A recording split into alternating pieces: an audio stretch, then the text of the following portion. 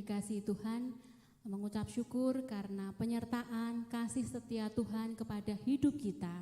Kita boleh bersama-sama bersatu hati di dalam persekutuan jam doa Rabu pada sore hari ini. Mengucap syukur karena Tuhan senantiasa memberikan kita kesehatan yang baik untuk pribadi saya dan juga Bapak Ibu Saudara semuanya yang ada di rumah. Mari kita mengawali persekutuan doa Rabu pada sore hari ini. Tanpa Tuhan, kehidupan tidak memiliki tujuan.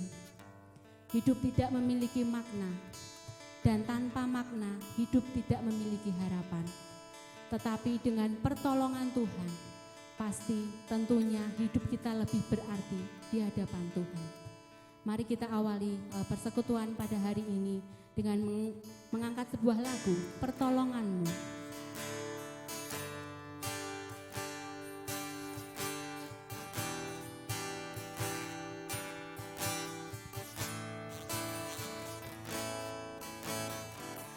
Hatiku tenang berada dekatmu, Kaulah jawaban hidupku.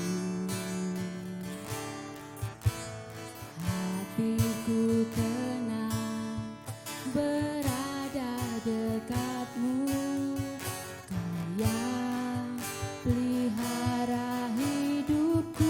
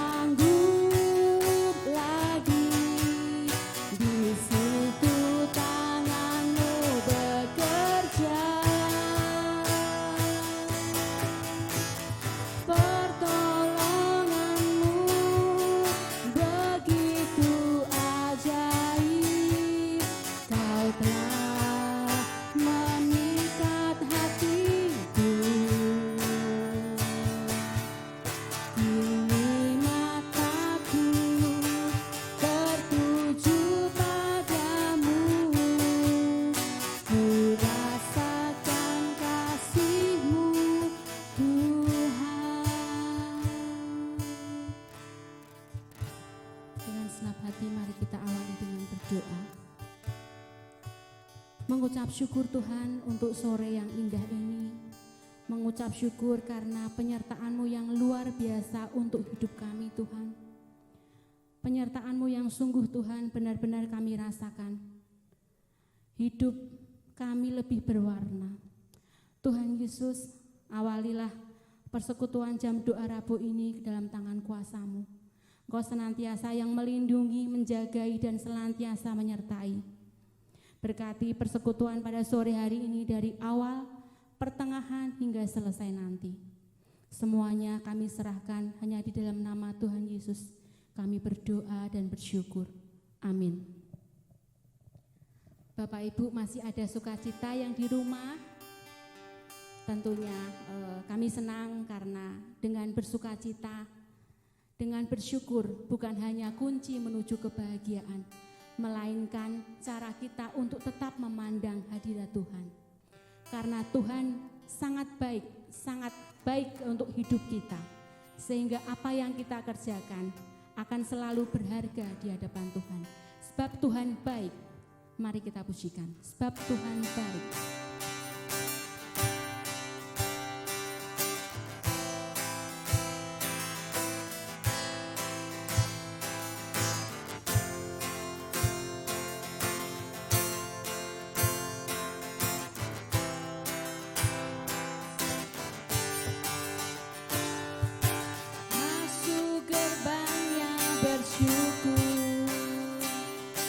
Dengan penuh pujian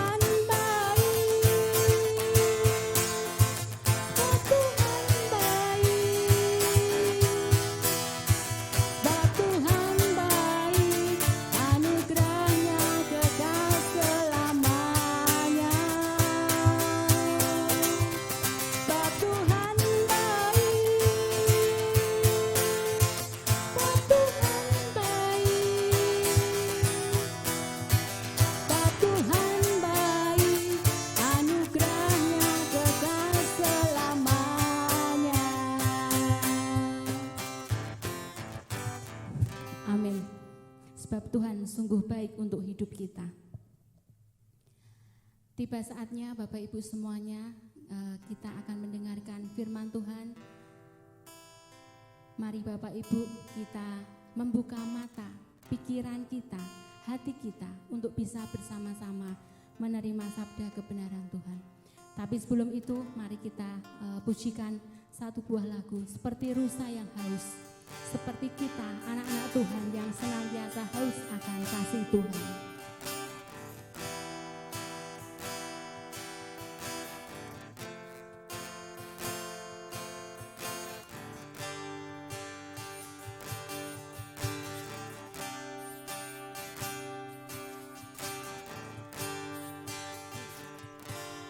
Seperti rusa yang haus, rindu aliran sungai-Mu.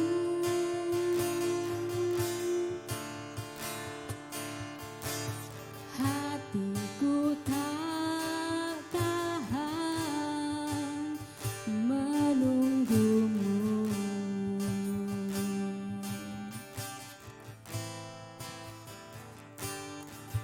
Bagai tanah gersang menanti datangnya hujan,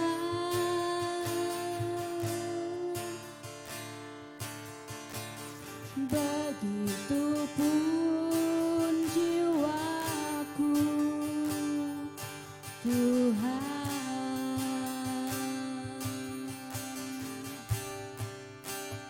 Hanya Engkau pribadi yang mengenal hatiku, tiada yang tersisa.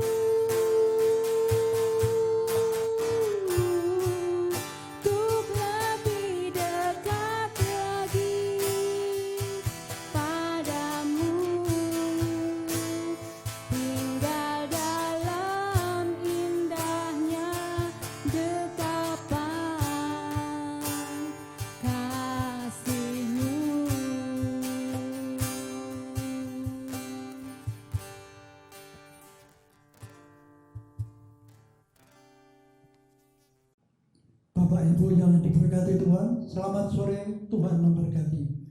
Sebelum memulai kebagian persekutuan doa, marilah kita berdoa. Ya Allah, Khalik langit dan bumi, yang kami puji, kami sembah, kami muliakan di dalam nama Tuhan Yesus Kristus. Tuhan yang sumber hidup, sumber kekuatan kami, Tuhan yang telah memberi kami kasih karunia damai sejahtera, tidak memperhitungkan pelanggaran kami, kejahatan kami. Terima kasih Tuhan, terpujilah namamu kekal selama-lamanya. Ya Tuhan, biarlah Tuhan buka mulut dan lidah hamba-Mu ya Tuhan, untuk menguraikan firman-Mu.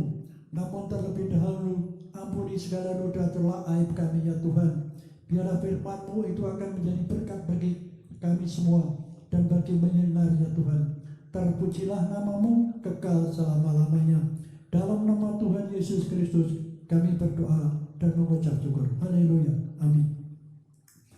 Bapak Ibu yang diberkati Tuhan, persarenungan pada sore hari ini itu saya ambilkan dari kitab Rasul Paulus kepada jemaat di Roma pasal 12 ayat 9 sampai 13. Marilah kita baca bersama. Nasihat untuk hidup dalam kasih. Hendaklah kasih itu jangan pura-pura. Jauhilah yang jahat, lakukanlah yang baik. Hendaklah kamu saling mengasihi sebagai saudara dan saling mendahului dalam memberi hormat. Janganlah hendaknya kerajinanmu kendor. Biarlah rohmu menyala-nyala dan layanilah Tuhan. Bersukacitalah dalam pengharapan, sabarlah dalam kesesakan, dan bertekunlah di dalam doa. Bantulah dalam kekurangan orang-orang kudus.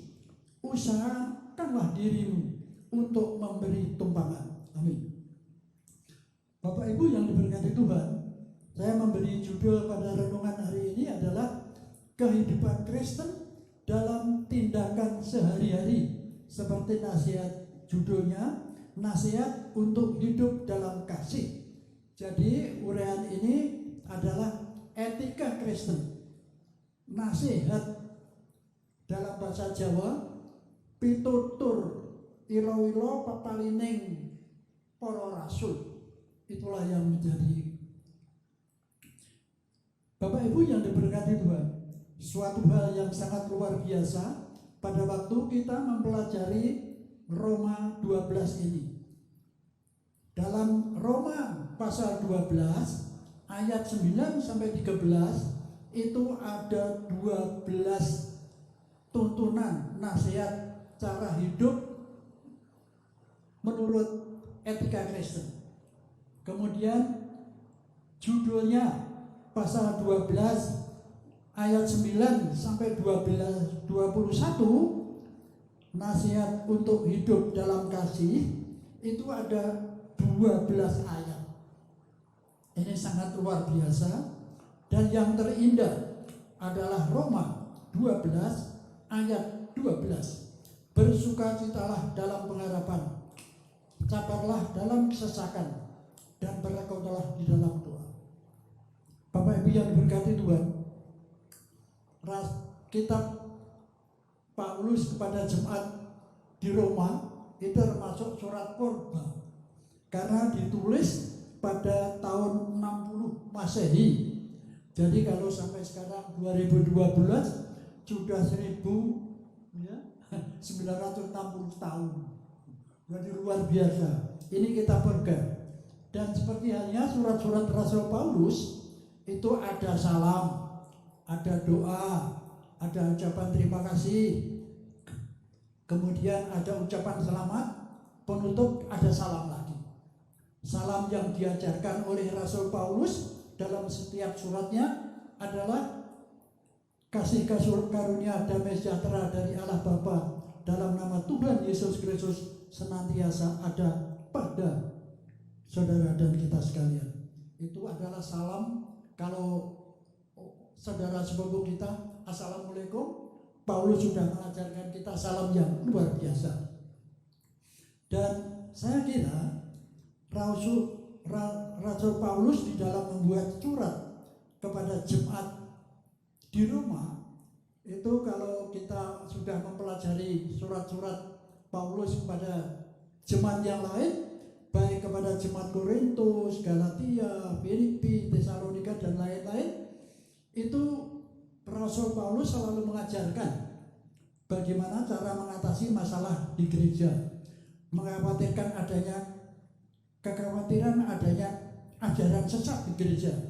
Kemudian masih ada yang menyembah berhala. Tetapi di dalam surat Paulus kepada jemaat Roma ini beda. Tidak ada nasihat tentang bagaimana cara mengatasi masalah-masalah yang timbul di jemaat, tetapi lain. Karena apa? Karena ternyata bila Rasul Paulus di dalam surat yang lain itu pada waktu membentuk jemaat ada berkali-kali dikunjungi, tetapi kepada jemaat di Roma sama sekali Rasul Paulus belum pernah sama sekali ke Roma. Itu di dalam Roma 1 ayat 11 dikatakan dalam ingin ke Roma. Kemudian di dalam Kisah Rasul 9 ayat 12:1 juga kami ingin sekali ke Roma. Jadi sama sekali Rasul Paulus belum pernah ke Roma. Jadi kita sudah tahu pada waktu Rasul Paulus itu menulis surat, jadi suratnya itu isinya umum. Judulnya Nasihat untuk Hidup dalam Kasih. Itu sudah luar biasa. Dan ternyata surat Rasul Paulus kepada jemaat di Roma tahun 60 Masehi sampai sekarang 2020, surat itu tidak pernah basi, tidak pernah kadaluarsa, selalu segar, fresh from the oven.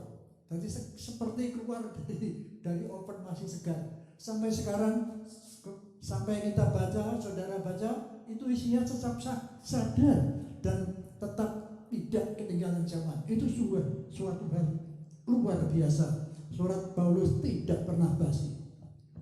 Dan ternyata Rasul Paulus tidak pernah menulis sendiri surat-suratnya, tapi ditulis oleh sekretaris yang namanya Tertius.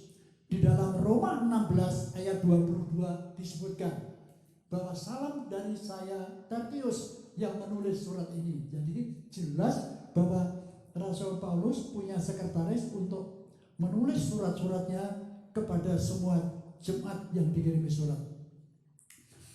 Bapak Ibu yang diberkati Tuhan, surat Roma 12 9 sampai 13 ini lebih menekankan kehidupan Kristen, peraturan toto kromo unggah-ungguh Utonegoro, pitutur pepalining para rasul sesuai dengan iman Kristus yang benar, nasihat untuk hidup dalam kasih sesuai dengan iman kita, perintah Tuhan, itu adalah etika Kristen.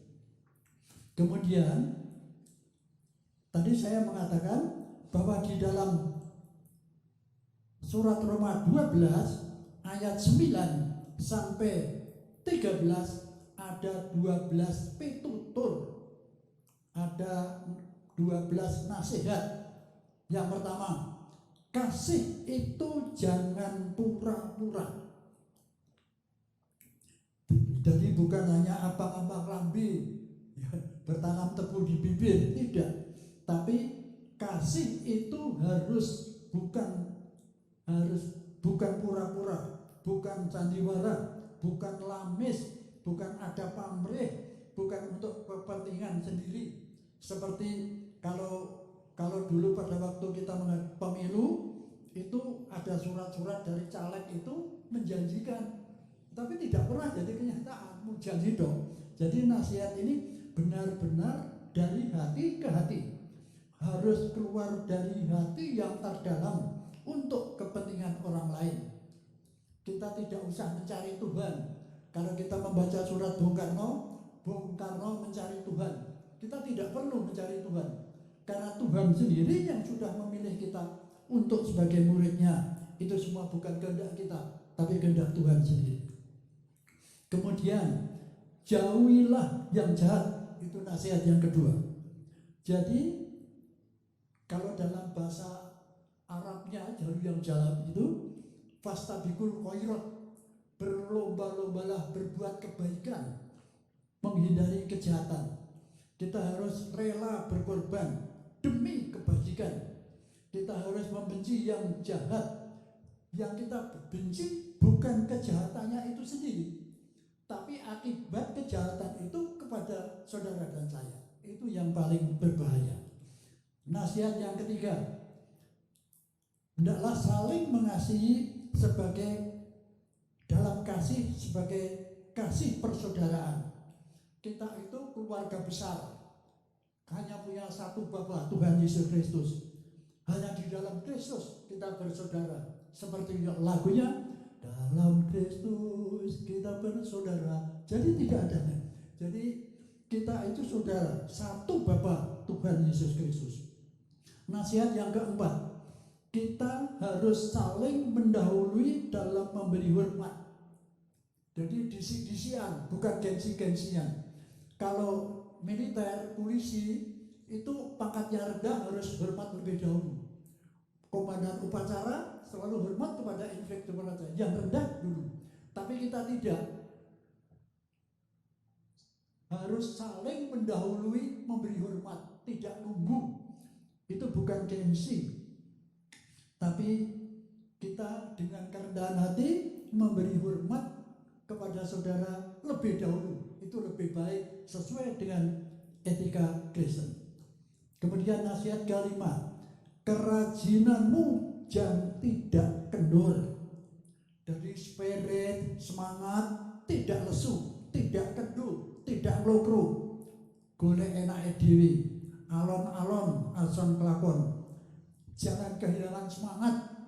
Jadi itu yang disalahkan, bahwa walaupun kita ditimpa berbagai-bagai pencobaan, kita tetap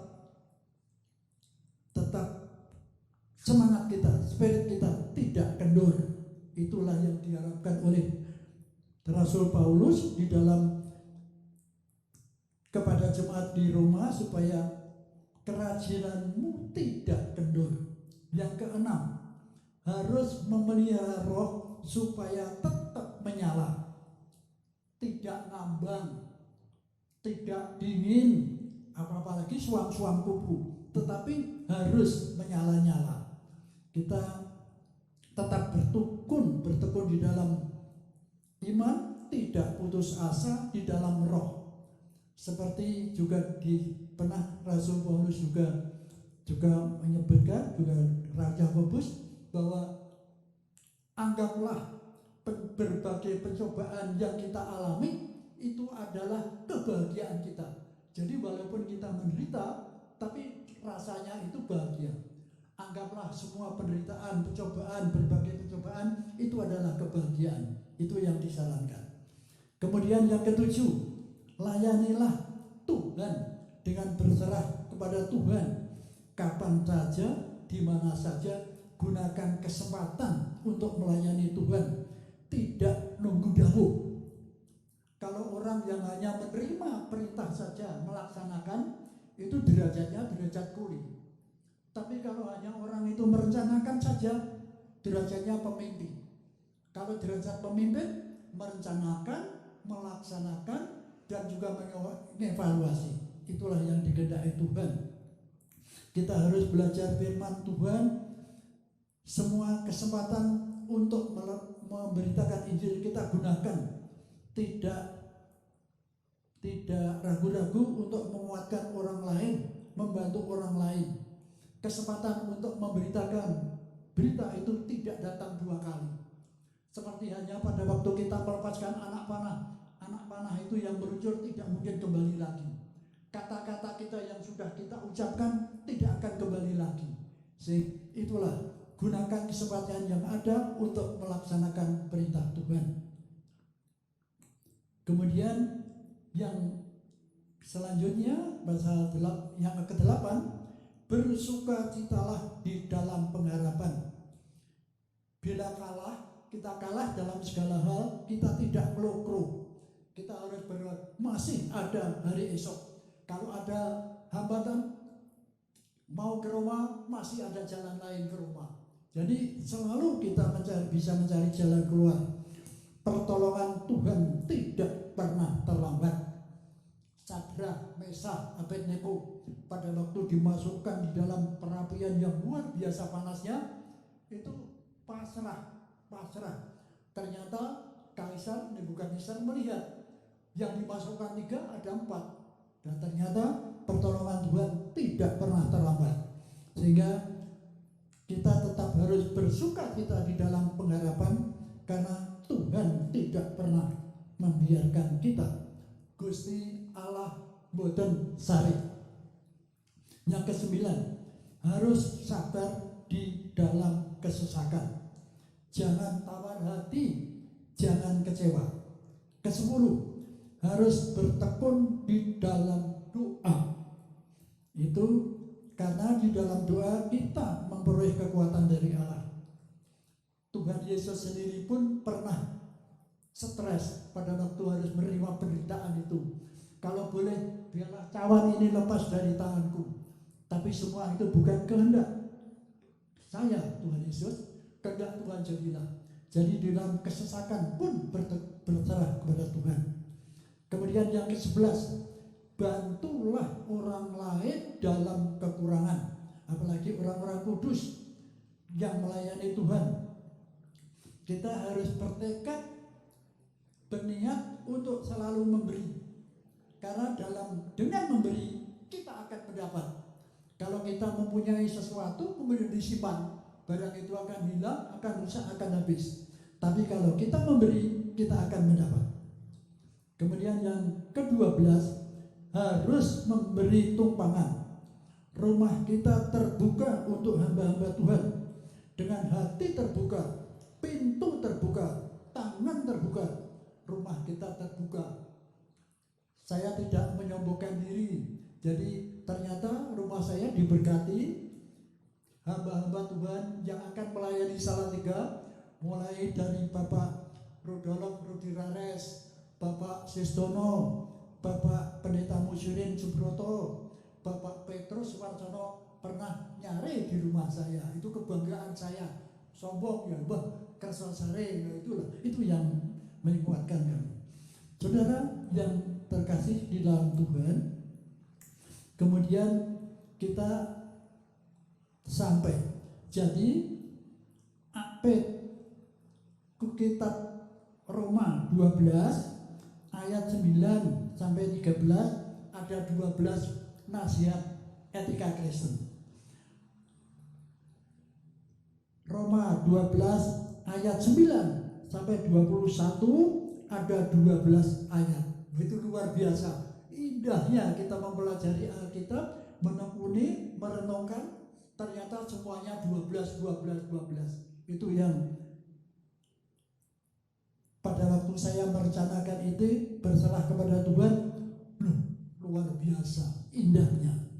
Bapak Ibu yang diberkati Tuhan, kita benar-benar merasakan keindahan Alkitab.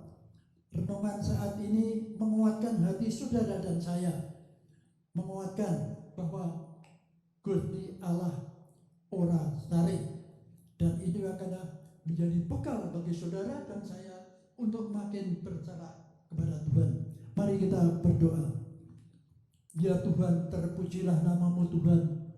Tuhan memberikan kepada kami firman-Mu yang sangat luar biasa indah ya Tuhan, sehingga kami mudah mengenal ya Tuhan. Yang serba 12 dari Roma 12 ada 12 nasihat ya Tuhan, ada 12 ayat yang menguatkan kami ya Tuhan. Dan Tuhan, kami ingat, kami selalu bertekun di dalam doa supaya kami tidak jatuh di dalam pencobaan. Terima kasih ya Tuhan. Biarlah Tuhan meteraikan firman-Mu itu dalam hati kami, sehingga akan kami gampang mengingatnya ya Tuhan, karena berkat-Mu yang luar biasa. Terpujilah nama-Mu. Dalam nama Tuhan Yesus Kristus kami berdoa dan mengucap syukur. Haleluya. Amin. Kita telah mendengarkan firman Tuhan yang tadi disampaikan oleh Bapak Nathan Darmono. Mari kita meresponi firman itu agar menjadi rema untuk hidup kita, rema di dalam keseharian kita. Mari kita angkat satu pujian, mengampuni.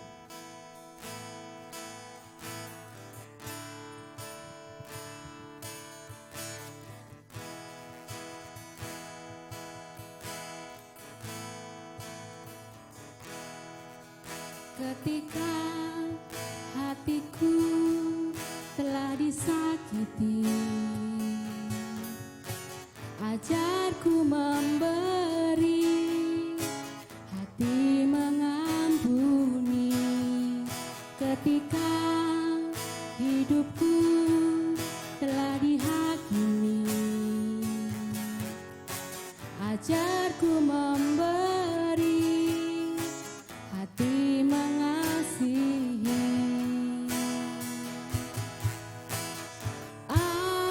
Ampuni bila kami tak mampu mengampuni yang bersalah kepada kami, seperti hati Bapa mengampuni, mengasihi, tiada pamrih.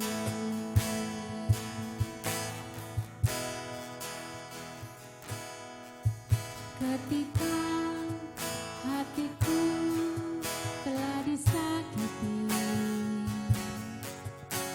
ajarku memberi, hati mengampuni. Ketika hidupku telah dihakimi, ajarku memberi, hati mengasihi.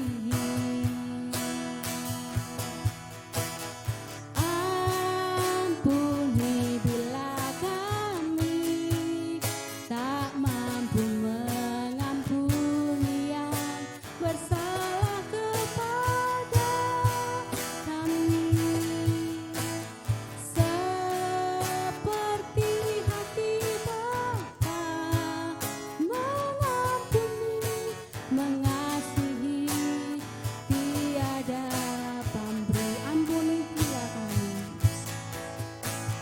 ampuni bila kami tak mampu mengampuni yang bersalah kepada kami,